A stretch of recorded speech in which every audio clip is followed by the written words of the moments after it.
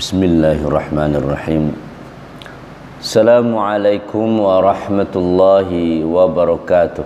Waalaikumsalam. Alhamdulillahilladzi anzala minas samai ma'an fa akhraja bihi minas samarati rizqan lana. Ashhadu an la ilaha illallah wa ashhadu anna Muhammadan abduhu wa rasuluhu la nabiyya ba'dah. Allahumma salli wa sallim wa barik alaihi wa ala alihi wa sahbihi wa mawala. Amma ba'd, uhibbukum fillah, radina billahi rabba wa bil islami dina wa bi Muhammadin nabiyya wa rasula. Rabbana zidna ilma warzuqna fahma, subhanaka la ilma lana illa ma 'allamtana innaka antal alimul hakim. Allahumma 'allimna ma yanfa'una وانفعنا بما علمتنا. أعوذ بالله من الشيطان الرجيم. بديع السماوات والأرض وإذا قضى أمرا فإنما يقول له كن فيكون. Sadaqallahul azim. Alhamdulillah, di Siko saja malam hari hujan. Semoga berkah Allah turun. Allahumma sayyiban nafi'a. Ya Allah, berikan hujan ini yang penuh dengan manfaat. Alhamdulillah, kita bersyukur. Tidak hanya kita, hewan, tumbuhan pun. Atau jangan-jangan memang nikmatku untuk hewan dan tumbuhan diberikan oleh Allah. Sebab suatu saat ada nikmat terhalang di suatu kampung karena kemaksiatan. Kalaulah tidak mempedulikan tumbuhan dan hewan, niscaya Allah akan terus menahan hujan itu. Jadi ketika hujan turun, perbanyaklah bersyukur. Sebab boleh jadi itu karena di kampung awak, di lokasi kita banyak maksiat, Allah tahan hujan. Kalau tidak melihat ke tumbuhan, memandang ke tanaman, Allah tak akan menurunkannya, insyaAllah. Jadi jangan sampai ketika hujan turun kita mengeluh. Harusnya bertambah syukur kita. Alhamdulillah. Kita juga bersyukur karena kajian kita pagi kini lah sampai di surah Al-Baqarah ayat 107 balik. Selanjutnya kita berkirim salam buat Nabi kita Muhammad. Allahumma salli wa sallim wa barik alaih. Kita harapkan syafaat beliau di yaumil kiamah kelak. Badi'us samawati wal ardh. Kreator, inovator, badi', bid'ah, badi'un. Allah lah yang membuat, mencipta, pencipta as-samawat, langit, langit jamak dari langit, semua langit, wal ardi, dan juga bumi.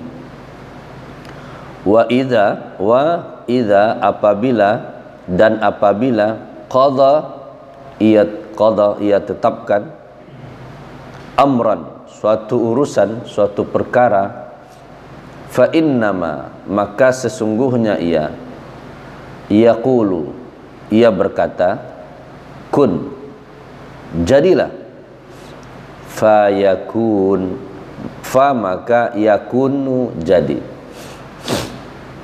Fihi sittu masail. Menurut Imam Qurtubi ada 6 hal yang akan dibahas dalam ayat yang pendek ini, yang hanya terdiri dari 1, 2, 3, 4, 5, 6, 7, 8, 9, 2 balik kata. Pertama, badi'us samawat. Badi' itu tadi di awal dah disingkap bada'a, bid'ah. Jadi kata-kata bid'ah itu artinya sesuatu yang muhdats, yang baru. Jadi sumiyatul bid'atu bid'atan li'anna qailuha ibtada'aha min ghairi fi'lin aw maqali imamin. Menurut Imam Bukhari, kenapa bid'ah disebut bid'ah? Karena bid'ah itu orang yang mengatakannya, qailuha, atau orang yang membuat suatu perkataan atau perbuatan itu berbeda dengan yang disebut oleh imam, disebut oleh Nabi Muhammad sallallahu alaihi wasallam. Jadi Nabi Nabi nak berbuat nyu kerajuan, makanya disebut dengan bid'ah. Belum ada sebelumnya perbuatan yang sebelumnya lunado dilakukan disebut bid'ah.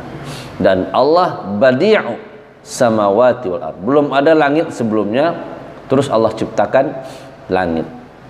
Jadi kalau mencipta sesuatu berarti alunado lah. Kalau berkreasi kan dari nalahado kan, gitu nanado-ado bako dikreasian menjadi suatu produk. Nah, kalau Allah badi'un, lunado sama sekali Allah ciptakan. Dulu belum ada langit, Allah ciptakan langit. Belum ada bumi, Allah ciptakan bumi. Ya, Allah itu menurut Imam Bukhari. Wa ni'matid bid'atu hadhihi. Kalau dalam tafsir Ibnu Katsir disebut oleh Ibnu Katsir, bid'ah itu ada dua. Pertama bid'ah syar'iyah, yang hal-hal yang membuat sesuatu yang baru di urusan syariat, itu bid'ah. Yang kedua bid'ah yang seperti yang lugawiyah, bid'ah secara bahasa. Jadi ketika kita membuat sesuatu yang lunadole itu disebut dengan bid'ah. Ya, seperti yang dilakukan oleh Umar bin Khattab. Ni'mat al-bid'atu hadhihi. Senikmat-nikmat, seindah-indahnya bid'ah yaitu ini. Ketika Umar bin Khattab mengumpulkan satu imam dalam sholat tarawih. Ya, Umar pun yang mengejar ni'matu bid'ah. Jadi bid'ah yang Umar maksudlah nikmat bid'ah secara bahasa. Karena Nabi juga ada pernah berjamaah dulu kan. Walaupun malam pertama berjamaah, malam yang keduanya berjamaah, malam ketiga Nabi nak keluar. Jadi berarti Umar mengatakan bid'ah itu bid'ah secara bahasa. Ya, karena dulu nak disuruh Nabi harus bersama-sama satu imam. Kalau di kerajaan ada tentu adalah wajib hukumnya. Jadi ni'matu bid'ah hadi. Nah, perkara tentang bid'ah syariah itu sangat luas sekali. Bahkan terjadi banyak perbedaan di kalangan kita di masyarakat. Kalau di taruhan beberang-berangan tentang masalah bid'ah. Yang surah mengecehan iko bid'ah, yang surah lain mengatakan iko sunnah. Bid'ah sunnah, bid'ah sunnah. Jadi yang jelas kedua-duanya kita ingin, yang mengecehan iko bid'ah ingin ibadahnya jangan asal beribadah saja. Sebab nak diterima oleh Allah amalan kalau tidak ada dasarnya dari Nabi. Nah, itulah kita bahas petang. Laisa amruna fahuwa raddun, maka dia tertolak. Laisa alaihi amruna fahuwa raddun. Yang tidak ada contohnya dari kami, urusan kami, itu tertolak. Maka orang yang ingin mengecehan bid'ahnya ingin amalannya terbebas dari bid'ah. Yang mengecehan apapun yang dilakukan, kok sunnah Nabi, kok sunnah Nabi, berarti ingin bahas supaya amalannya banyak. Nah, kedua-duanya harus ada garis tengah, ada garis merah singgungan ini. Ya betul kita terus beribadah, ya ingin melaksanakan sunnah, tapi perhatikan amalan kita jangan sampai yang Nabi nak ada lakukan atau isyaratnya dari Nabi, perkataan Nabi atau tauqif dari Nabi, terus kita lakukan saja.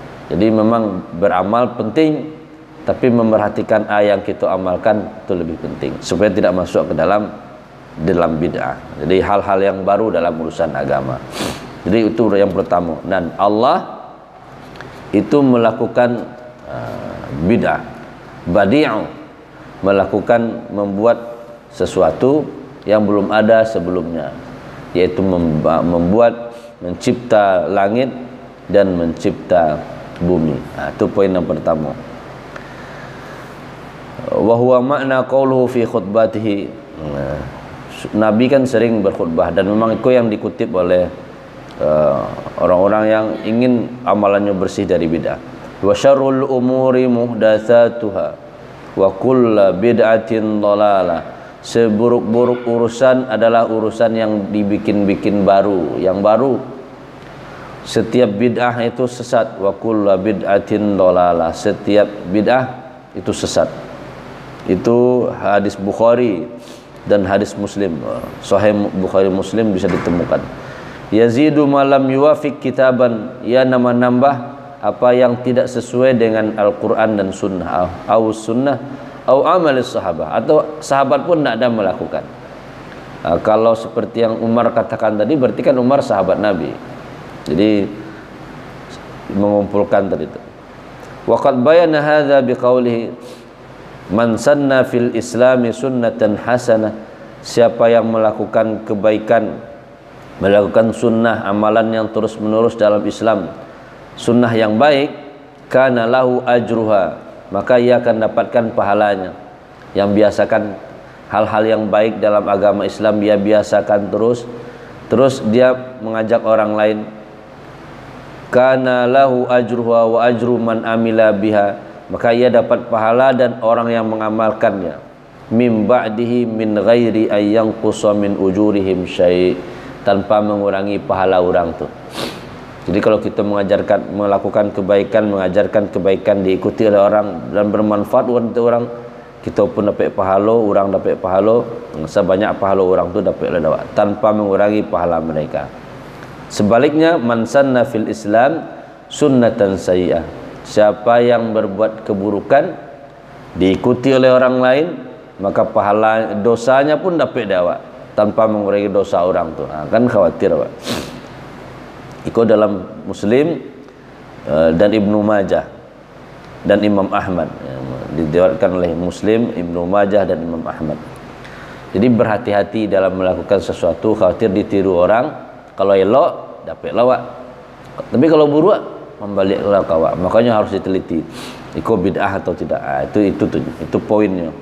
Poin yang pertama tentang bid'ah, yang kedua bahwa Allah sang pencipta, yang kedua berkenaan dengan bid'ah secara fikih hukum. Jadi pertama Allah sang pencipta, Allah yang mubdi, ya langit belum ada Allah ciptakan hal yang baru, bumi belum ada dulunya terus Allah ciptakan bumi. Itu badi'us samawati wal ardh. Ini merupakan sebagai jawaban dari patang ayat patang saat dia nambalehkan orang waqalu takhadallahu walada, orang Yahudi mengecehkan Allah punya anak Uzair, Nasrani Isa, orang kafir Quraisy malaikat anak Allah, kecil Allah. Dan menjawab soalan perkataan mereka itu badi'us samawati wal ardh, Allah saja yang mencipta langit dan bumi. Masa urusan-urusan yang model itu layak dinisbatkan kepada Allah. Yang ketiga, poin yang bisa diambil, wa idza qada amran, ai idza arada ihkamahu wa itqanahu fi kama sabaqa fi ilmihi qala lahu kun. Apabila Allah berkehendak, Allah berkeinginan untuk menetapkan suatu perkara urusan, ini hanya mengatakan qala lahu kun. Allah cukup bilang kun, kaf je, nun je. Kalau dalam tafsir Ibnu Katsir dijelaskan makna kun, kafnya kainunah, nun nurullah. Kajiannya lah itu. Kajian mendalam pagi kini nak kita kaji yang seperti itu. Allah kalau ingin cukup bagi Allah kun. Jadi kalau nyosabian Nabi Isa tu anak Allah dengan logika, ya ayahnya tidak ada. Kalau memang Allah yang meniupkan roh, berarti kan roh yang maha suci, Roh Kudus. Kan iya tu Allah lah ayahnya gitu kan. Itu kan secara logika manusia, ketika kok Maryam bisa hamil, Sayyidah Maryam bisa hamil, berarti ayahnya siapa? Kalau disebutkan rohnya ditiup kepada jangan Allah, nyomnya kesimpulan ini anak Allah. Kata Allah, Allah kalau mau manga tuh, nah, kan Allah sebutkan Allah ciptakan Nabi Isa seperti kamu Allah ciptakan Nabi Adam. Nabi Adam lebih dahsyat, nah doa ya, nah doa ibu. Itu Siti Maryam masih ada ibunya. Iza arada syai'an, Allah kalau dalam surah Yasin, innama amruhu iza arada syai'an ay yaqula lahu kun. Allah cukup kalau ingin sesuatu hanya sebut kun saja jadi. Ketika Allah bilang kun, fa yakun, fa maka yakunu, jadi dia. Jadi kata-kata kun saja. Jadi sebagian kita ada yang memanfaatkan kalimat kun fayakun ku di antara bagian motivasi diri. Maka keinginannya kun fayakun. Diyakinkan ke diri, motivasi sehingga membuat keyakinan dalam diri. Terjadilah yang ingin minta sehingga menjadi doa. Wallahu alam. Kajiannya itu babnya berbeda, kamarnya berbeda. Di dalam kajian tafsirnya dijelaskan Allah hanya bilang kun saja. Apapun kehendak Allah, apapun niyanya yang Allah tetapkan, qada. Seperti dijelaskan bahwa ada makna qada itu ada sampai balik. Apabila Allah menetapkan sesuatu, Allah inginkan sesuatu, pokoknya Allah tetapkan. Apapun keinginan Allah, kun, cukup bilang kun. Kainunuhu wa nun nuruhu. A'udzu bikalimatillahi tammah min syarri ma khalaq. Aku zikir subuh, sore, pagi, petang itu kan. A'udzu bikalimatillahi tammah, aku berlindung dengan kalimat Allah, min syarri ma khalaq, dari kejahatan apa yang Ia ciptakan, kejahatan makhluk, apapun makhluk Allah, kita berlindung kepada Allah. Nah, apa kalimat Allah itu? Yaitu kun. Itu diantara maknanya tafsir. Kan itu Nabi ngajar, surah ngajarkan 3 kali. A'udzu bikalimatillahi tammah min syarri ma khalaq. Jadi kalimat Allah itu, atau diantara doa yang ditiupkan ke ubun-ubun anak, U'idzuka bikalimatillahi tammah min syarri ma khalaq. U'idzu bikalimatillahi tammah. Aku lindungi engkau dengan kalimat Allah. Jadi kalau kalimat Allah kun, dia tidak pun pakai benda-benda yang lain di tubuh, kan ada tu. Tidak perlu. Dengan apa? Dengan kalimah Allah. Kalimahnya kun. Kalau cakap Allah kun, siapapun tidak akan mendatangkan keburukan bagi si bayi atau bagi diri kita. Tapi kecil Allah walaupunlah punya senjata kun kecil, atau bahkan sampailah punya antibody apa namanya untuk parang tu. Pakai baju anti peluru, kalau kun kecil Allah tembus itunya. Tapi kalau ndak kun kecil Allah ndak tembus dah, ndak meninggal dah, berdoa banyaknya. Maka peluru kan dari besi lah. Besi itu Allah ciptakan dari air lah. Iya Pak. Nabi Daud, wa allanna lahul hadid, kami lunakkan baginya besi. Nabi Daud jo membuat baju besi jo tangan aja, di model membuat murah saja. Ya, kalau itu kunnya itu kalimahnya kecil Allah jadi. Makanya tidak aneh juga kalau ada orang yang kalau memang kun kecil Allah tidak akan jadi, tidak akan tembus kun. Nah, ini pemahaman kun itu kalimah Allah. Nah, yang syar'inya, yang ada dalilnya, setiap sore pagi berlindung kita dari kalimah. Nah, dan kalimah Allah itu yang mana? Itu diantaranya adalah kun. Bi kalimatillahi tammah 'alal ifrad fal jam'u lama kana hadhil kalimah fil umuri kulliha. Sebenarnya semua kalimat apa saja, fa idza qala li amrin kun wa li kulli syai'in kun fahunna kalimat, maka itu disebut kalimah. Nah, itu disebut dengan kata, kalimat Allah, kata-kata Allah. Di antara katanya adalah kun, wallahu a'lam. Itu kharrajahu Tirmizi. Itu Imam Tirmizi yang mentakhrij hadisnya. Yalah, jadi di antara inginkan kunnya Allah, amalannya kan kalau kita kan senang. Jadi kalau mau itu amalannya itulah diulang-ulang tarikh. Padahal sebenarnya yang paling rancak itu memahami ayat yang kita baca. Ya Allah, aku berlindung kepada Engkau dengan kalimah Engkau ya Allah dari kejahatan makhluk. Sambil berzikir secara lafaz bahasa Arabnya, di hati mengejebi itu. A'udzu bikalimatillahi tammah min syarri ma khalaq. A'udzu bikalimatillahi tammah min kulli ma khalaq. A'udzu bikalimatillahi tammah min syarri ma khalaq. Itu 3 kali. Sore bekal balik. Berarti kita memanglah mempersiapkan diri kita untuk dilindungi oleh Allah. Jangan sampai lapeh. Fayakun yang keenam. Fayakun, maka jadi kun itu perintah, kana yakunu kun, adalah, kana yakunu kun, adalah, jadilah. Fayakunu quri'a bi raf'in nun, marfu yakununa, fayakunu itu fa jawaban, kun fa maka yakun ada dia. Jadi bukan kalimahnya ci sajanya, kun saja. Nah, kun fayakun. Kalau dulu waktu ketek-ketek kan kun fayakun, ada jadi kalimat apa? Abrakadabra gitu. Bukan kun fayakun, cukup bilang kun, maka jadi dia. Kun fayakunu. Wa 'ala tsani kainan ma'al amri. Yang pertama maknanya adalah ala, jadilah. Yang kedua kain ma'al amri, bersamaan dengan kun, jadi apa yang dibilang Allah jadi. Thumma idza da'akum da'watan minal ardi fa idza antum takhrujun.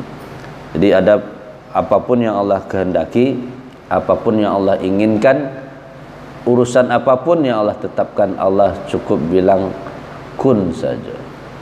Adapun urusan-urusan yang lain, misalnya Allah ciptakan ini hari Senin Allah ciptakan ini, hari Selasa, hari Jumat. Kan Allah ciptakan langit bumi 7 hari, sab'a ayyam. Itu diantara hanya proses saja. Yang jelas kalau Allah inginkan sesuatu cukup kun saja.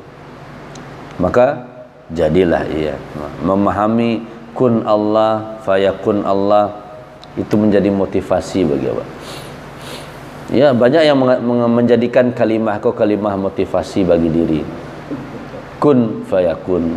Jadi ya, kalau sekiranya membuat bumi saja Allah cuman bilang kun, membuat langit yang banyak tingkit-tingkit pakai kun, maka untuk merubah nasib kita, bagi Allah pun cuman kun, memberi utang awak yang banyak, kun, menghapuskan dosa, gampang bagi Allah. Maka di beberapa komunitas kalimah kun fayakun kau jadi motivasi yang hebat.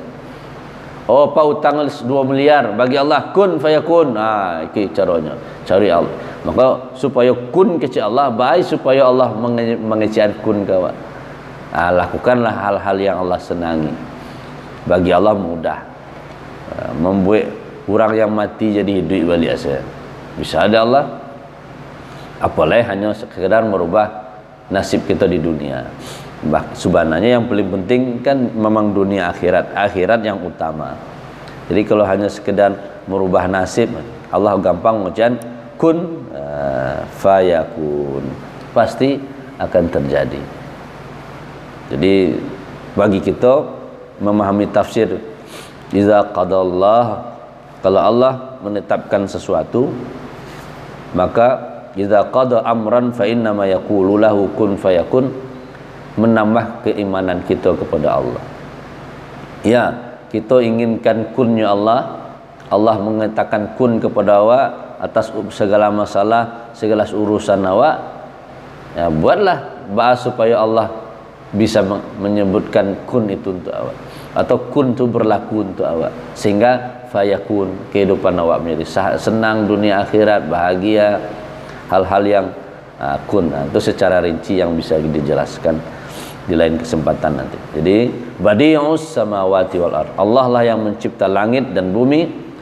Wa idza qada amran, kalau Allah ingin menetapkan sesuatu, Allah cukup bilang kun, maka berburulah kunnya Allah agar fayakun. Di akhir kita berdoa kepada Allah seiring dengan hujan turun masih dareh. A'udzubillahi minasyaitonir rajim. Bismillahirrahmanirrahim. Alhamdulillahi rabbil alamin, wassalatu wassalamu ala asyrafil anbiya wal mursalin wa ala alihi wa sahbihi ajma'in. Allahumma ighfir lana dhunubana wa liwalidina warhamhum kama rabbawna shighara. ولجميع المسلمين والمسلمات والمؤمنين والمؤمنات الأحياء منهم والأموات وتابع بيننا وبينهم بالخيرات رب اغفر وارحم أنت خير الراحمين. Untuk orang tua kami yang sudah meninggal ya Allah, Allahumma ighfir lahum warhamhum, ampuni dosa mereka, rahmati mereka, waj'alil jannata mathwahum, jauhkan azab kubur, masukkan ke dalam surga Firdaus bersama kami nanti ya Allah. Untuk orang tua kami yang masih hidup ya Allah, panjangkan usia mereka dalam kebaikan, sehatkan mereka ya Allah. Husnul khatimah biqauli la ilaha illallah.